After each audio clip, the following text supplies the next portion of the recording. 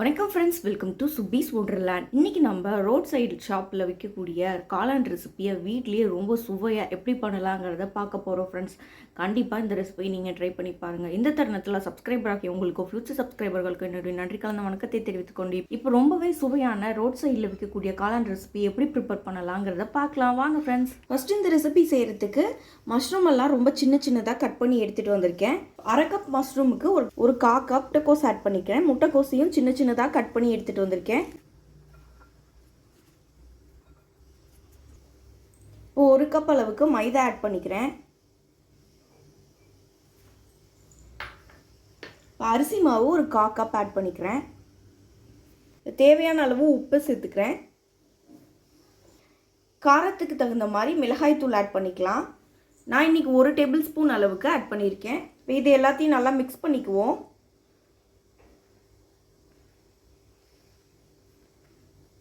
இப்போ கொஞ்சமாக தண்ணி தெளிச்சுக்கிறேன். நான் ரொம்ப அதிகமாக சேர்க்கல, லைட்டாக தெளித்து மட்டும் விட்டுருக்கேன்.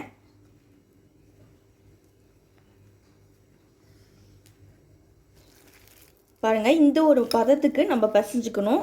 பதம் பார்த்திங்கன்னா நம்ம பக்கோடாலாம் போடுவோம் பார்த்தீங்களா, வெங்காய பக்கோடா இல்லை கேபேஜ் பக்கோடா போடும்போது தண்ணி ஒரு அளவுக்கு தான் சேர்ப்போம், ரொம்ப அதிகமாக சேர்க்க மாட்டோம். அதுக்கேற்ற மாதிரி நீங்கள் தண்ணி ஆட் பண்ணி நல்லா மிக்ஸ் பண்ணிக்கோங்க. இங்கே பாருங்கள், தண்ணி ரொம்பலாம் இல்லை, இப்படி நல்லா பிடிச்சா நல்லா கெட்டியாக வர மாதிரி பக்கோடா போடுற அளவுக்கு இருக்கணும் நம்மளுக்கு பதம். அவ்வளோதான். இதை நல்லா மிக்ஸ் பண்ணி எடுத்துகிட்டு வந்தாச்சு. இதை தனியாக எடுத்து வச்சுக்குவோம்.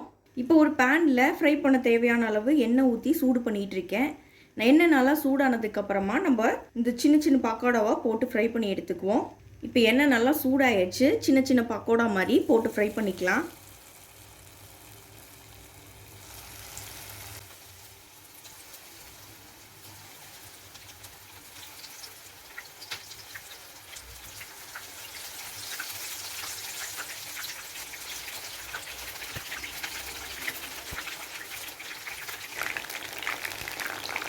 ஒரு மீடியம் ஃப்ளேமில் வச்சு ஃப்ரை பண்ணிக்குவோம்.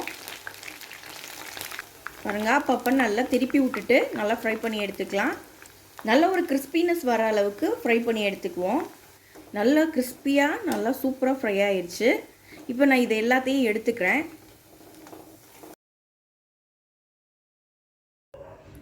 இப்போ நம்ம ஃப்ரை பண்ண காளான் முட்டைக்கோஸ் பக்கோடா சின்ன பீசஸாக கையிலே பிச்சு போட்டு எடுத்துக்கலாம்.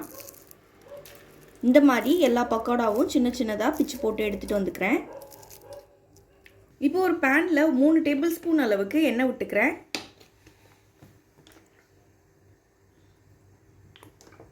இப்போ ஒரு பெரிய வெங்காயத்தை சின்னதாக கட் பண்ணி இதில் சேர்த்துக்கிறேன்.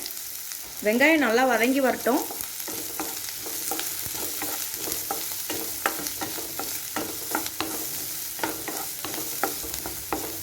இப்போ வெங்காயம் ஓரளவுக்கு நல்லா வதங்கிடுச்சு. இப்போ 2 க்ரீன் சில்லி இது கூட சேர்த்துக்கிறேன். இப்போ மிளகாயும் நல்லா வதக்கி விட்டுக்கலாம். இப்போ கொஞ்சம் கருவேப்பிலை சேர்த்துக்கிறேன். இப்போ 1 டேபிள் ஸ்பூன் அளவுக்கு மிளகாய் தூள் சேர்த்துக்கிறேன். ஒரு 1/4 டீஸ்பூன் அளவுக்கு மஞ்சள் தூள், கரம் மசாலா 1 டேபிள் ஸ்பூன். இப்போ இந்த மசாலாவுக்கு தேவைப்படுற அளவுக்கு உப்பு ஆட் பண்ணிக்கலாம். இப்போ இது எல்லாத்தையும் சேர்த்து நல்லா மிக்ஸ் பண்ணிக்குவோம். இப்போ 1 டேபிள் ஸ்பூன் அளவுக்கு இஞ்சி பூண்டு விழுது சேர்த்துக்கிறேன். இது இஞ்சி பூண்டோட பச்சை வாசனை போகிற அளவுக்கு நல்லா வதக்கி எடுத்துக்குவோம்.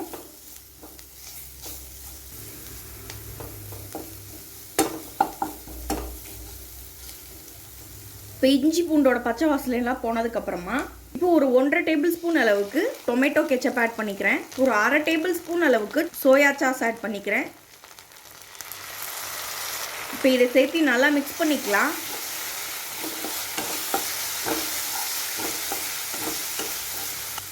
இப்போ நம்ம கட் பண்ணி வச்சுருந்த பக்கோடா எல்லாத்தையும் இது கூட சேர்த்துக்குவோம்.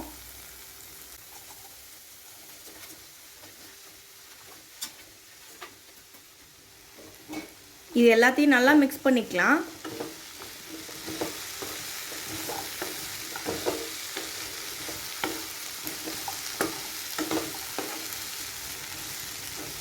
இந்த பக்கோடா எல்லாமே அந்த சாஸ் மிக்சரோட நல்லா பிளெண்ட் ஆகி வரணும்.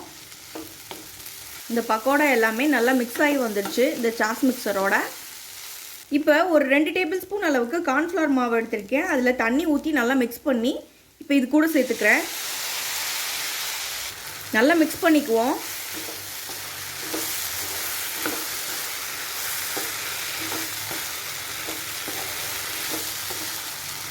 இது பாருங்கள், தண்ணியெல்லாம் உடனே அப்படி அப்சர்வ் ஆகி வந்துடுச்சு. அவ்வளோதான். ஃபைனலாக கொஞ்சம் கொத்தமல்லி ஆட் பண்ணிக்கலாம். அவ்வளோதான், நமக்கு ரோட் சைட் காளான் சர்வ் பண்ண ரெடி ஆகிடுச்சு. இப்போ ஃப்ளேம் ஆஃப் பண்ணிக்குவோம். ரோட் சைட் ஷாப்ஸில் கிடைக்கக்கூடிய காளான் ரெசிபி வீட்டில் சூப்பராக ரெடி பண்ணி எடுத்துகிட்டு வந்தாச்சு ஃப்ரெண்ட்ஸ். இப்போ இது மேலே வந்து கொஞ்சமாக கட் பண்ண ஆனியன் தூவிக்கிறேன். அதே போல் கொஞ்சமாக கட் பண்ண கொத்தமல்லியெல்லாம் சேர்த்துக்கிறேன். அவ்வளோதாங்க, நமக்கு ரோட் சைடில் கிடைக்கக்கூடிய ரொம்பவே டேஸ்டியான காளானை வந்து இன்றைக்கி நம்ம வீட்லேயே சூப்பராக ரெடி பண்ணி எடுத்துகிட்டு வந்துட்டோம் ஃப்ரெண்ட்ஸ். கண்டிப்பாக நீங்களும் இந்த ரெசிபியை ட்ரை பண்ணி பாருங்கள். இந்த ரெசிபி உங்களுக்கு பிடிச்சிச்சுன்னா எங்கள் சேனல் லைக் பண்ணுங்கள், ஷேர் பண்ணுங்கள், சப்ஸ்கிரைப் பண்ணுங்கள், உங்கள் கருத்துக்களை கமெண்ட் பண்ணுங்கள். மீண்டும் இன்னொரு நல்ல ரெசிபியோட உங்களை மீட் பண்ணுறேன். அதுவரை உங்களிடமிருந்து விடைபெறுவது சுபீஸ் ஒண்டர்லேண்ட். தேங்க்யூ.